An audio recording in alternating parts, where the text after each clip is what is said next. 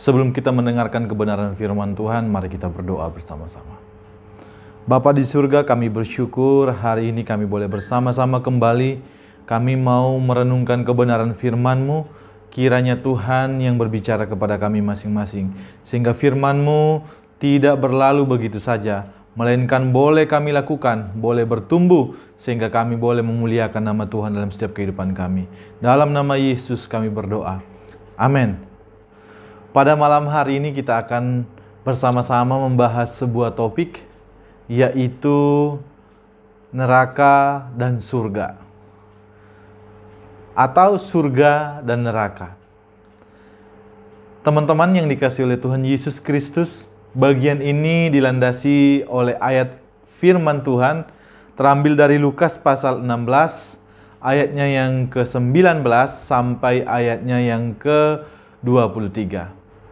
Lukas pasalnya yang ke-16, ayatnya yang ke-19 sampai ayatnya yang ke-23, firman Tuhan berbunyi demikian. Ada seorang kaya yang selalu berpakaian jubah ungu dan kain halus, dan setiap hari ia bersukaria dalam kemewahan. Dan ada seorang pengemis bernama Lazarus, badannya penuh dengan borok, berbaring dekat pintu rumah orang kaya itu, dan ingin menghilangkan laparnya dengan apa yang jatuh dari meja orang kaya itu. Malahan anjing-anjing datang dan menjilat boroknya.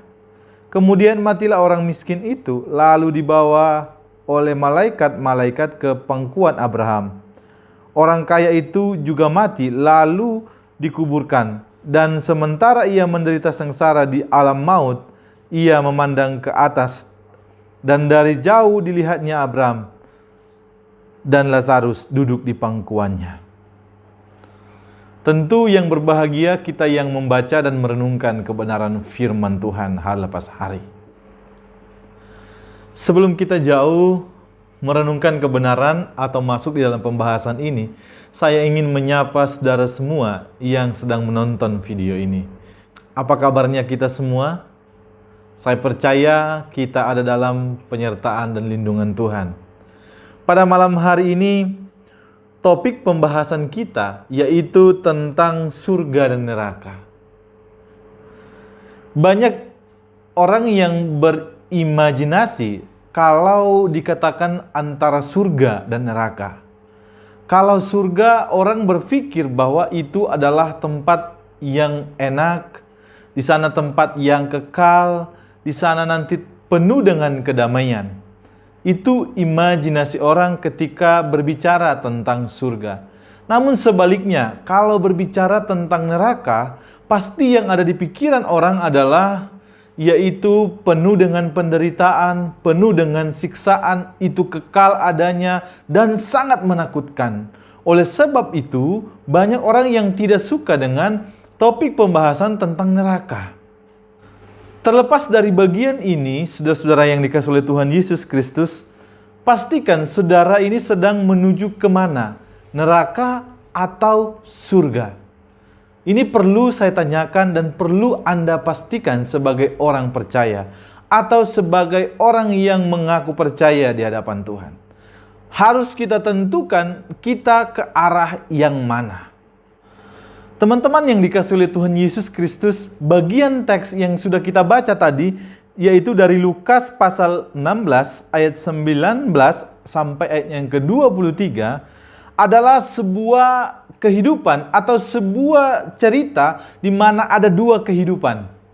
Di sana jelas diceritakan ada seorang yang miskin, ada seorang yang kaya, yaitu yang miskin adalah Lazarus dan yang satu adalah orang kaya. Di sini kita bisa melihat ada dua perbedaan kehidupan sosial yang terjadi pada saat itu. Namun kalau kita lihat cerita di dalam bagian teks yang kita sudah lihat tadi bersama-sama, di sana itu mereka nanti akan mati dan juga dikuburkan. Saya jelas tadi katakan bahwa kedua kehidupan orang ini jelas berbeda secara sosial.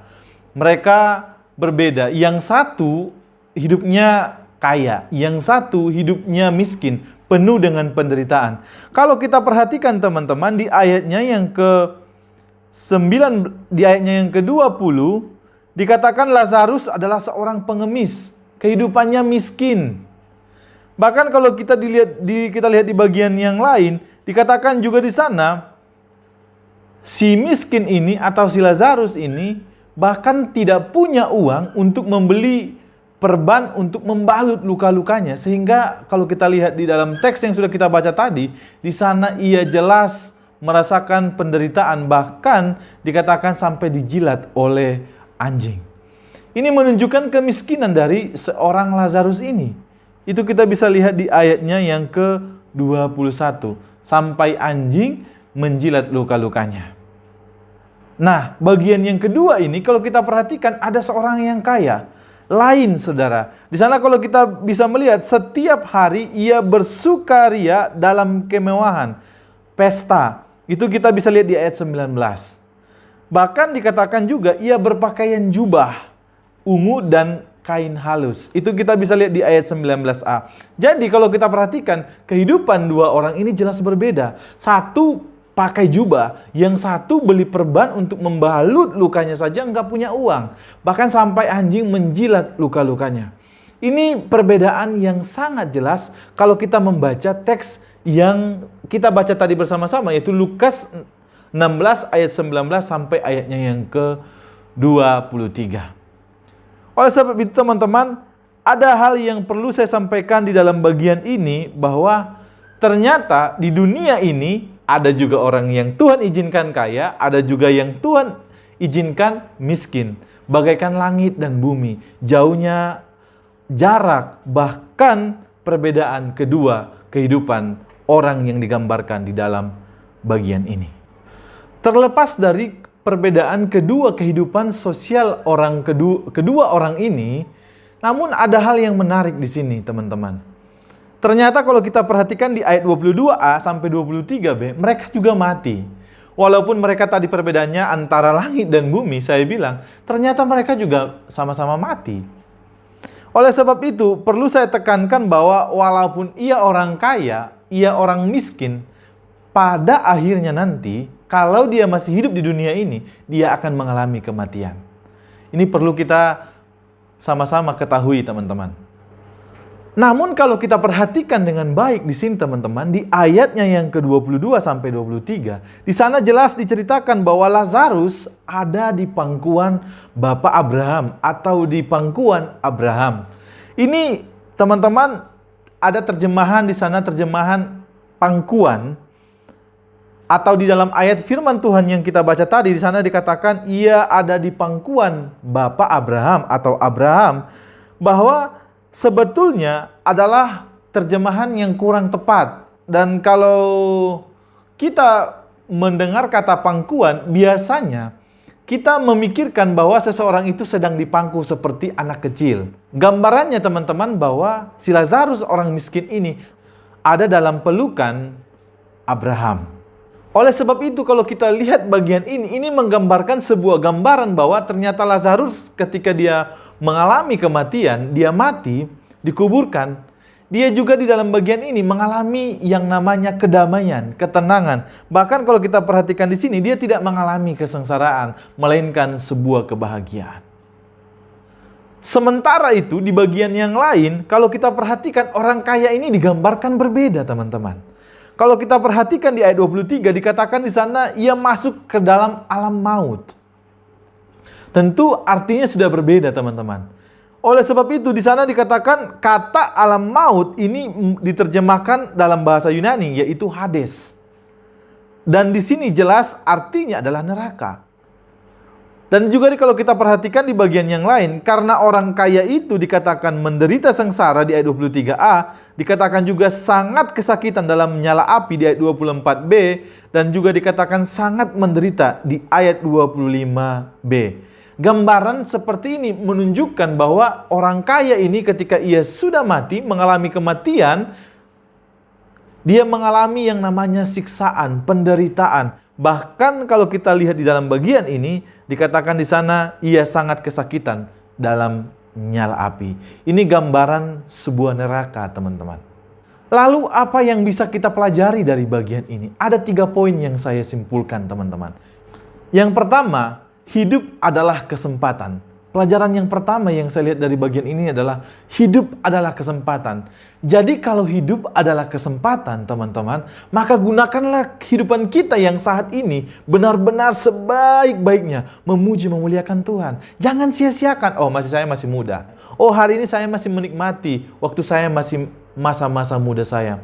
Teman-teman, dalam bagian ini jelas dikatakan bahwa hidup itu adalah kesempatan. Gunakan dengan segala kesempatan yang Tuhan berikan bagi saudara dan saya. Gunakan untuk memuji, memuliakan nama Tuhan. Sehingga hidup saudara tidak sia-sia. Gunakan sebaik-baiknya untuk memuji dan kebesaran nama Tuhan. Yang kedua, pelajarannya yang saya dapatkan dari bagian ini adalah hal ini menunjukkan adanya kehidupan setelah kematian. Jadi pelajaran yang kedua ini juga memberikan kita pengertian bahwa ternyata di dunia ini ada batas kehidupan manusia. Jadi kita di dunia ini tidak selamanya tinggal, teman-teman. Jadi kita di dunia ini tidak selamanya abadi. Ada kehidupan selanjutnya. Bukan hanya kita bertahan di dunia ini. Nanti kita akan mengalami kematian seperti Lazarus dan orang kaya ini. Mereka juga mengalami kematian. Oleh sebab itu, ada batas waktu yang kita miliki bersama-sama. Yang ketiga, dalam kehidupan setelah kematian itu hanya ada dua tempat, yaitu antara surga dan neraka. Oleh sebab itu, saudara, kalau hanya dua, pastikan Anda di mana? Di surga atau neraka. Nggak ada di tengah-tengah ya. Nggak ada. Jadi oleh sebab itu pastikan antara surga atau neraka. Kalau Anda berkata Anda hidup maunya nanti di surga, atau Anda mau masuk surga, oleh sebab itu kerjakan keselamatanmu dengan baik. Segala sesuatu yang kamu kerjakan seharusnya memuji, memuliakan nama Tuhan. Oleh sebab itu teman-teman yang dikasihi oleh Tuhan Yesus, hidup yang singkat, hidup yang Tuhan berikan, anugerah yang besar yang daripada Tuhan, hari-hari ini yang Tuhan berikan bagi saudara dan saya. Mari kita gunakan dengan sebaik-baiknya memuji memuliakan nama Tuhan. Sebab jelas firman Tuhan, jelas teks firman Tuhan yang sudah kita bahas pada malam hari ini, hanya dua tempat, surga dan neraka. Mana kau pilih? Kalau kamu pilih surga, kerjakan apa yang menjadi kewajibanmu sebagai orang percaya. Taati firman Tuhan, taat kepada Tuhan. Kalau kamu pilih neraka, ya udah, hidup sesuka hatimu. Tapi jelas, kalau orang mau masuk surga, harus percaya Yesus sebagai Tuhan dan Juru Selamat. Tuhan Yesus memberkati kita. Shalom. Mari kita berdoa bersama-sama.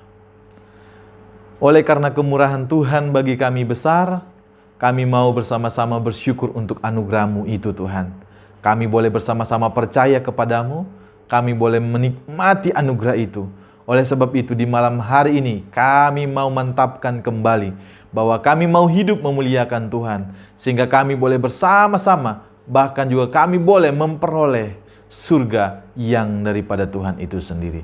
Oleh sebab itu Tuhan, ampuni kami jika kami dalam kehidupan kami tidak melakukan sesuai dengan apa yang Tuhan kehendaki. Pada malam hari ini kami mau hidup kami menyenangkan dan memuliakan nama Tuhan. Di dalam nama Yesus Allah yang hidup, kami berdoa.